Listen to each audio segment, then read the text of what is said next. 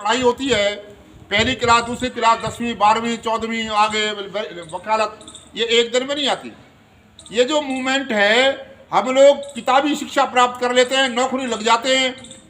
बाबा साहब ने 18 मार्च 1956 को 18 मार्च 1956 को उनके देहावसान होने के 6-7 महीने पहले आगरा में कहा था कि मुझे मेरे पढ़े लिखे लोगों ने धोखा दिया है।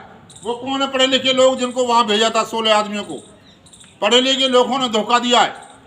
और ये जो कारवां में बड़ी मुश्किलों से, कठिनाइयों में यहाँ लेकर आया हूँ, जहाँ तक इस कारवां को आगे बढ़ाते रहना। अगर इसको आगे ना बढ़ा सको तो इसको पीछे मत जाने देना। लेकिन हमारा कारवां तो पीछे जा रहा है। देश में सारे देश को बेचा जा रहा है। समाजवाद की बजाय देश में पूंजीवाद लाया जा रहा है। सोशलिज्म, जो प्राइवेट सेक्टर पब्लिक सेक्टर बनाया था, जिसमें हमें आरक्षण मिलता था, उसको प्राइवेट सेक्टर में कन्वर्ट किया जा रहा है। हमारा आरक्षण खत्म हो रहा है। आप लोग सो रहे हो, आप लोग जागरण करवा रहे हो, आप लोग जो है ना टल्ली बजा रहे हो, आप शनिचर देवता पे जा रहे हो, आप जात लगाने वहाँ जो है ना हिमाचल प्रदेश में माताओं पे जा रहे हो। इसी तरह से बचेगा तुम्हारा संविधान। वही हालत कर देंगे ये लोग अगर ये सोए रहे तो जागने की आवश्यकता है, संघर्ष करने की आवश्यकता है। दिमागों में दिए जलाने की आवश्यकता है। घरों में दिए, मंदिर में दिए में जलाओ। बाहर जो दिवाली के दिए जलाते हो, ये दिए अपने दिमाग में जलाओ, रोशनी के दिए। ये अज्ञान रूपी अंधकार को मिटाओ। किताबी ज्ञान करने, नौकरी लग जाने से कुछ नहीं होता। ये जो व्यवस्था है, व्यवस्था किसकी है? आरएसएस की व्यवस्था है। आरएसएस का उद्देश्य देश में यह है कि जो जिस तरह पहले व्यवस्था थी वैसी ले आओ। आपसे मैं पूछना चाहता हूँ, राम मंदिर बन गया, रामराज आ रहा है। रामराज में कितने एससी बीसी के लोग पढ़े लिखे थे, जरा बताओगे? कितने लोगों को नौकरी मिलती थी? लोकतंत्र अच्छा नहीं है जहां लोगों का राज है। राम कितना भी बढ़िया क्यों ना हो, था तो राजा, और राजा अपने विरोधी को खत्म कर देता है, जान से मार देता है। लेकिन लोकतंत्र में विपक्ष को मान्यता होती है, विपक्षी रखने पड़ते हैं। वो विपक्ष में बोलने वाला, लोकसभा, राज्यसभा, विधानसभा में विपक्ष के जो बोलने वाले, उनको मान्यता मिलती है, उनको सम्मान मिलता है। तो साथियों, बहुत सारी बातें करने के लिए हैं। लगातार 2-2, 4-4, 6-6 घंटे भी अगर हमें बोलना होगा तब भी हमें कोई दिक्कत नहीं। इतनी आग हमारे अंदर भरी हुई है। लेकिन सवाल ये है कि आप लोग उस चिंगारी से आग तो लगाओ। चिंगारी नहीं है अभी। हम तो आपके बीच में बीज बोने आए हैं, चिंगारी लगाने आए हैं। क्या की? बाबा साहब के मिशन की, फूले के मिशन की, छत्रपति साहू के मिशन की, छत्रपति शिवाजी के मिशन की, और अपने स्वाभिमान के मिशन की, सम्मान और स्वाभिमान की जो जीवन जीने की। तो साथियों, बड़ी खुशी हुई है कि हमारे बीच में नंदकिशोर जी सब इंस्पेक्टर सिलेक्ट हुए हैं। बड़ी अच्छी बात है। ये लोग अपना निष्ठा से काम करेंगे। भारत सरकार में जो संविधान के हिसाब से नियम कानून है, जो पुलिस एक्ट है, जो हरियाणा सरकार द्वारा बनाया, उसके आधार पर काम करेंगे।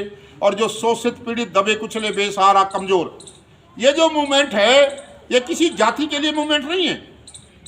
क्या है मूवमेंट? किसके लिए? शोषित लोगों को, जिनका शोषण होता है, उत्पीड़ित लोगों के लिए, जिनका उत्पीड़न होता है, दबे कुचले लोग और बेसहारा लोग और कमजोर वर्ग के लोग। 6 टाइप के लोग हैं, वो किसी भी जाति के हो सकते हैं। बाबा साहब ने किसी एक जाति के लिए नहीं कहा। ये मिशन जो है, किसी भी जाति का कोई आदमी हो, ये जो शोषित, पीड़ित, दबे कुचले, बेसहारा और कमजोर। तो साथियों, मैं माली जाति से ताल्लुक़ रखता हूँ। 2006 में बौद्धिस्ट हुआ, 2007 में वामसेव के माध्यम से अब भारत में संगठन काम कर रहा है। वामसेव इस देश में, अभी आप देख रहे हो, त्रिपुरा में मुसलमानों की मस्जिदों में आग लगा दी, घरों में आग लगा दी। असल में आसाम में ये जो लड़ाई है सीएए की, एनपीआर की, ये मुसलमानों के खिलाफ नहीं है। मुसलमानों को तो सिर्फ निशाना बनाया जा रहा है, और लड़ाई है एससी, एसटी, ओबीसी के खिलाफ। आसाम में 5 लाख मुसलमानों को उस रजिस्टर से बाहर किया है, लेकिन एससी, एसटी, ओबीसी के लोग 14 लाख हैं। 14 लाख लोगों की नागरिकता खत्म कर दी आसाम में। अगर आप लोग इसी तरह सोए रहे तो सिर्फ 30% लोगों को वोट डालने का अधिकार होगा, 70% लोगों को वोट डालने के अधिकार से वंचित कर दिया जाएगा। ये साजिश चल रही है देश में। और जो ये पहचान पत्र बन रहा है ना, परिवार पहचान पत्र, इसमें जो डेट ऑफ बर्थ, जो जन्म का जो तारीख दे रहे हैं, वो 1970 का दे रहे।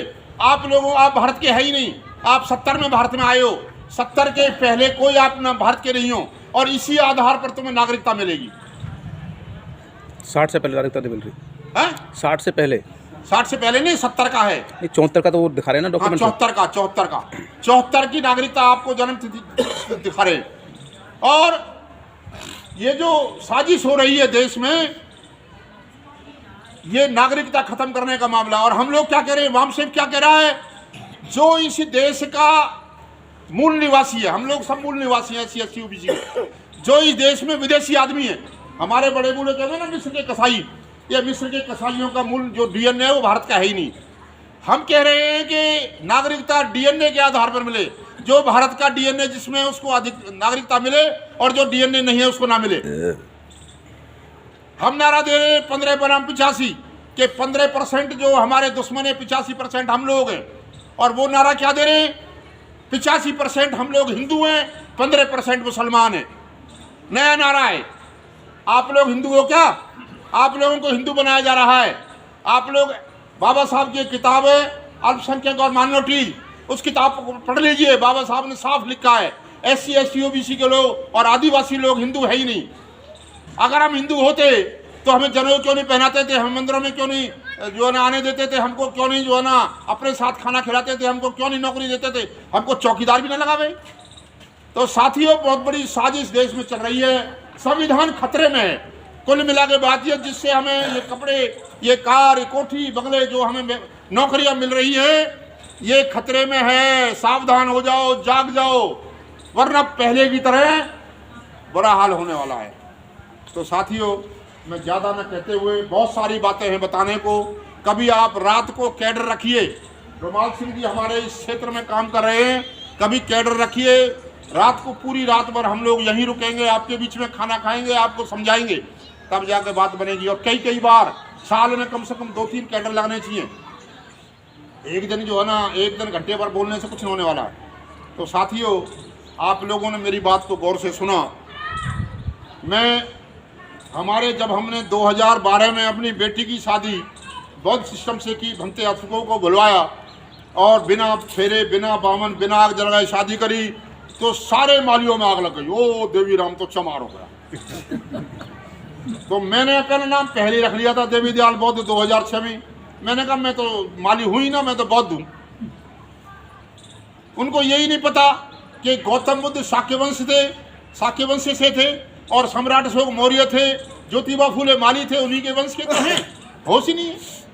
बस उनके दिमाग में क्या है कि बौद्ध धर्म और अम्बेडकर तो सिर्फ चमारों का है। हमने कहा हम चमार बढ़िया हैं, उनमें स्वाभिमान तो है। इस देश में अगर बाबा साहब का मिशन जिंदा है, ज्योतिबा फूले का मिशन जिंदा है, तथागत गौतम बुद्ध का मिशन जिंदा है, तो आप लोगों की बदौलत है, आपकी बिरादरी की बदौलत है। मैं गर्व करता हूं इस बात का। अगर चमार कम्युनिटी ये इस मिशन को आगे अब तक नहीं लाती तो ये मिशन खत्म हो गया होता। बाबा साहब डॉक्टर अंबेडकर ने 1956 में जब दीक्षा लेकर ये कार्यक्रम शुरू किया, तो दोबारा से जो है ना ये पुनर्जीवित किया गया। तो साथियों, बहुत समय मैंने आपका लिया, फिर कभी मौका मिलेगा आपके बीच में बोलने का तो फिर आएंगे, कैडर रखेंगे।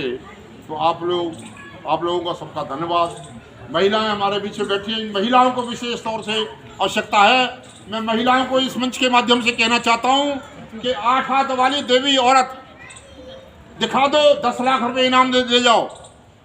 पूंछ वाला आदमी दिखा दो, 10 लाख रुपए इनाम ले जाओ। सूंड वाला आदमी दिखा दो, 10 लाख रुपए इनाम ले जाओ। और चूहे पे सवारी करवा दो आदमी की तो 10 लाख रुपए इनाम ले जाओ।